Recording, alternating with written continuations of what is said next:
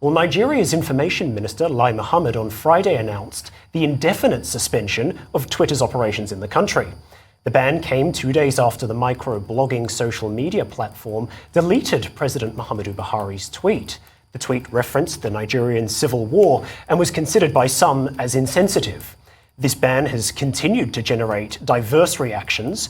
So let's explore this issue a little bit more with data privacy specialist Dyann Heyward Mills, who joins us now. Ms. Heyward Mills, thank you very much for being with us. We heard yesterday from the Nigerian Broadcasting Commission that they want broadcasters across Nigeria to deactivate their Twitter handles, to desist from using Twitter to gather information. It sounds like the federal government is not letting up. Have we heard Twitter's response? Do we know how Twitter's responding to this situation as yet?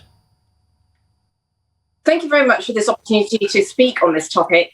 I think it's such a critical topic for our sort of day and age in the digital era.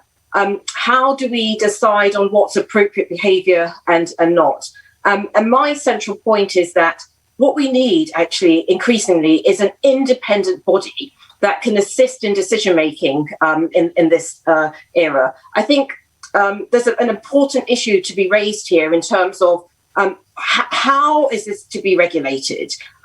Should we rely on a very narrow set of individuals, the boardroom of Twitter, to decide on what is appropriate and not appropriate on the internet? What is the independent oversight there? And I think there needs to be independent oversight of organisations. And I think also for governments to not act unilaterally on this issue also.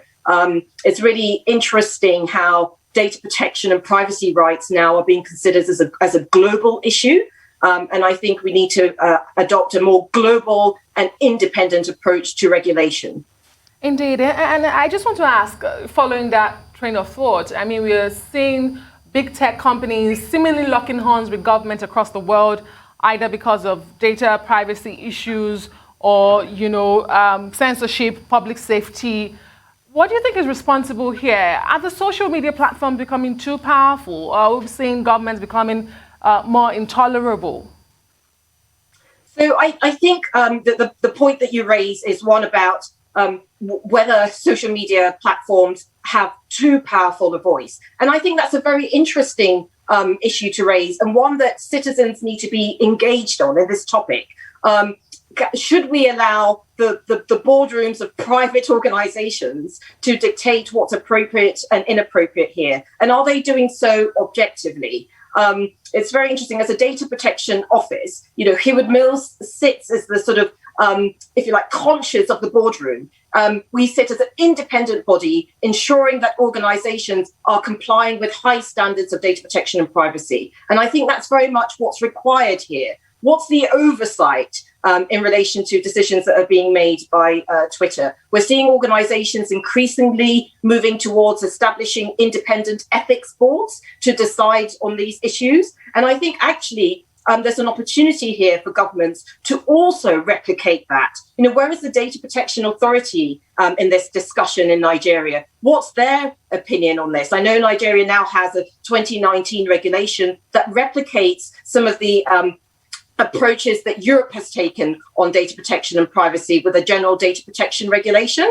And there we have independent supervisory authorities actually advocating for rights of individuals. I think this is a human rights issue, and one that requires independent and objective input and oversight. So you don't have either organizations or governments acting unilaterally.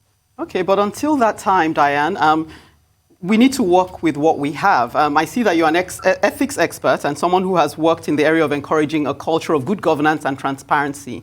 Is there a precedent for governments suspending Twitter? I know that there is, but is it legal for a government to suspend Twitter with regards to the rights of the individual citizens in the land? Maybe you start with that, because I had another question to ask you while I mull on that one. Yeah, so, I think that the question of ethics is the right question.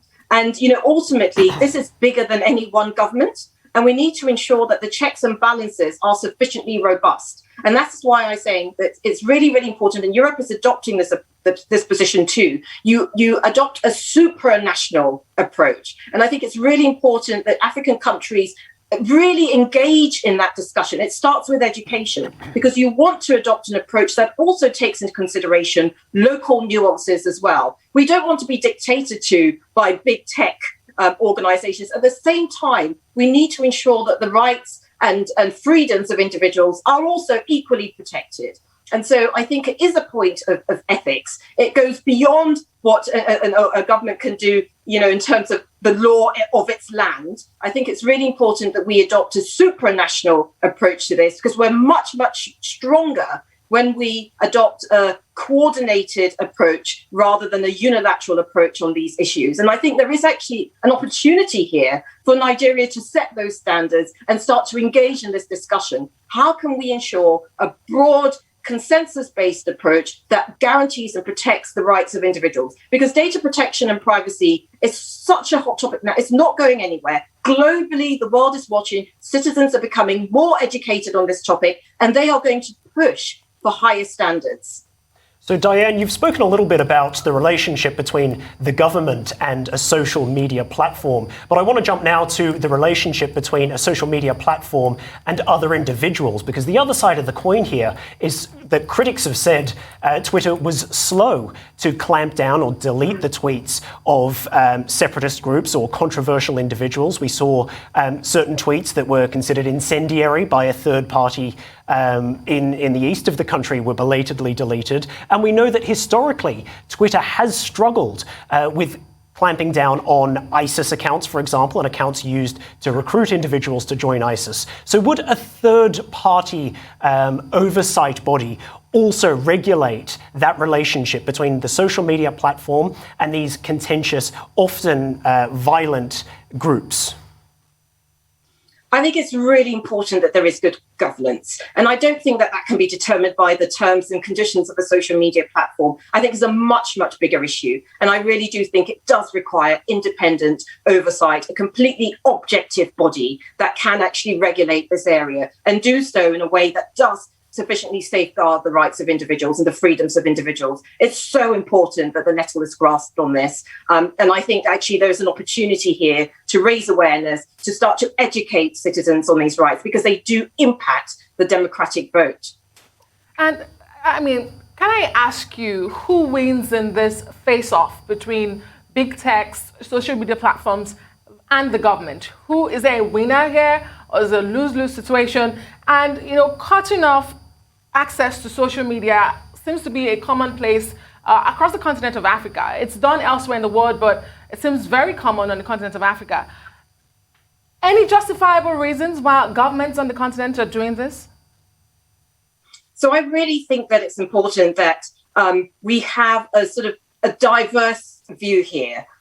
This is an incredibly difficult area to navigate. The rights and freedoms of individuals, the right to free speech, the rights are not absolute. They need to be regulated. We need to ensure that there isn't, hatred and incitement to violence being created on the internet. How do we regulate? I really think that unilateral activity is never the answer here. We need a more coordinated approach. And actually, a question that arises with me is, where are the female voices here? I think we need more diversity. I want to see more women engaged. I'm so glad to see, that you've invited me and others to speak on this topic, because I don't think it's an area where you can have bully boy tactics. Actually, the losers in all of that are citizens. And to ensure citizens' rights, I think we need a more diverse set of individuals interfacing on this issue. Dyann, and I think we need independent, objective. Is another kettle of fish. We definitely have to speak about that